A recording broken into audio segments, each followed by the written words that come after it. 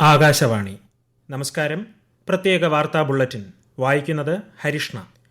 ലോക്സഭാ തെരഞ്ഞെടുപ്പിന്റെ അവശേഷിക്കുന്ന ഘട്ടങ്ങളിലേക്കുള്ള പ്രചാരണം രാജ്യത്ത് ഊർജിതമായി പുരോഗമിക്കുന്നു. 6ാം ഘട്ടത്തിലേക്കുള്ള പരസ്യ പ്രചാരണം നാളെ അവസാനിക്കും. പ്രധാനമന്ത്രിയും മുതിർന്ന BJP നേതാവുമായ നരേന്ദ്രമോദി ഇന്ന് ഉത്തർപ്രദേശിലും പശ്ചിമ ഡൽഹിയിലും പൊതുസമ്മേളനങ്ങളെ അഭിസംബോധന ചെയ്തു. കോൺഗ്രസ് നേതാവ് രാഹുൽ ഗാന്ധി ഇന്ന് ഹരിയാനയിൽ തിരഞ്ഞെടുപ്പ് റാലികളിൽ പങ്കെടുത്തു. 6ാം ഘട്ട വോട്ടെടുപ്പ് ശനിയാഴ്ചയും അവസാന ഘട്ട വോട്ടെടുപ്പ് ജൂൺ 1-നുമാണ്. 7 ഘട്ടങ്ങളിലെയും വോട്ടെണ്ണൽ ജൂൺ 4-ന് നടക്കും. തിരഞ്ഞെടുപ്പ് പ്രചാരണത്തിനിടെ ജനങ്ങൾക്കിടയിൽ സ്പർദ്ധയുണ്ടാക്കുന്ന തരം പ്രസ്താവനകൾ ഒഴിവാക്കണമെന്ന് കോൺഗ്രസിനോടും BJPയോടും നിർദ്ദേശിച്ച് തിരഞ്ഞെടുപ്പ് കമ്മീഷൻ.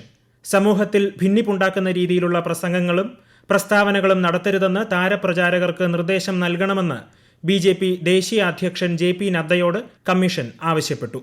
പ്രതിരോധ സേനയെ രാഷ്ട്രീയവൽക്കരിക്കരുതെന്ന് കോൺഗ്രസ് താരപ്രചാരകർക്ക് കമ്മീഷൻ നിർദ്ദേശം നൽകി. രാജ്യത്തിന്റെ ഭരണഘടന സംബന്ധിച്ച് തെറ്റിദ്ധാരണയുണ്ടാക്കുന്ന പ്രസ്താവനകൾ നടത്തരുതെന്നും കോൺഗ്രസ് അധ്യക്ഷൻ മല്ലികാർജുൻ ഖാർഗെയോട് കമ്മീഷൻ നിർദ്ദേശിച്ചു. കേരളത്തിൽ ഇടിമിന്നലോടുകൂടിയ ശക്തമായ മഴ തുടരുമെന്ന് കേന്ദ്ര കാലാവസ്ഥാ വകുപ്പ്. പത്തനംതിട്ട, ഇടുക്കി, ആലപ്പുഴ, കോട്ടയം, എറണാകുളം ജില്ലകളിൽ ഇന്ന് ചുവപ്പ് ജാഗ്രത പ്രഖ്യാപിച്ചു.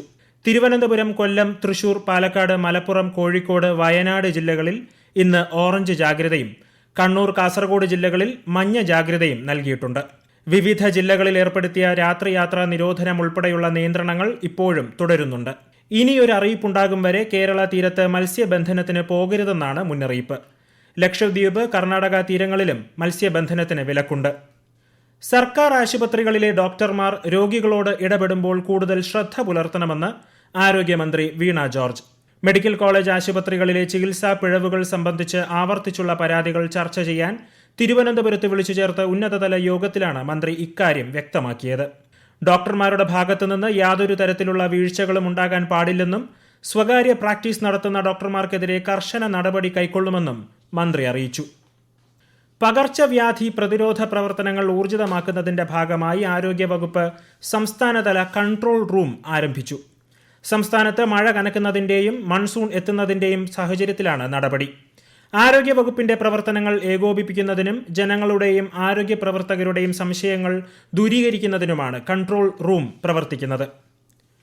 തദ്ദേശ വാർഡ് പുനർവിഭജന ഓർഡിനൻസ് ഗവർണർ മടക്കി അയച്ചതിൽ സർക്കാർ നിയമപരമായ നടപടിയുമായി മുന്നോട്ടു പോകുമെന്ന് സംസ്ഥാന നിയമമന്ത്രി P. രാജീവ്. തിരഞ്ഞെടുപ്പ് പെരുമാറ്റച്ചട്ടം നിലനിൽക്കുന്നതിനാൽ ഓർഡിനൻസ് പരിഗണിക്കാനാവില്ലെന്നും തിരഞ്ഞെടുപ്പ് കമ്മീഷന്റെ അനുമതി ഇതിനായി വാങ്ങണമെന്നും ചൂണ്ടിക്കാട്ടിയാണ് ഗവർണർ ഓർഡിനൻസ് തിരിച്ചയച്ചത്.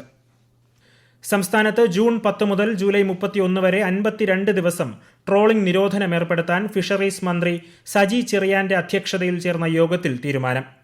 ട്രോളിംഗ് നിരോധന കാലയളവിൽ മത്സ്യത്തൊഴിലാളികൾക്കും അനുബന്ധ തൊഴിലാളികൾക്കും അനുവദിക്കുന്ന സൗജന്യ റേഷൻ വിതരണം ഊർജിതമാക്കുമെന്ന് മന്ത്രി യോഗത്തിൽ ഉറപ്പു നൽകി.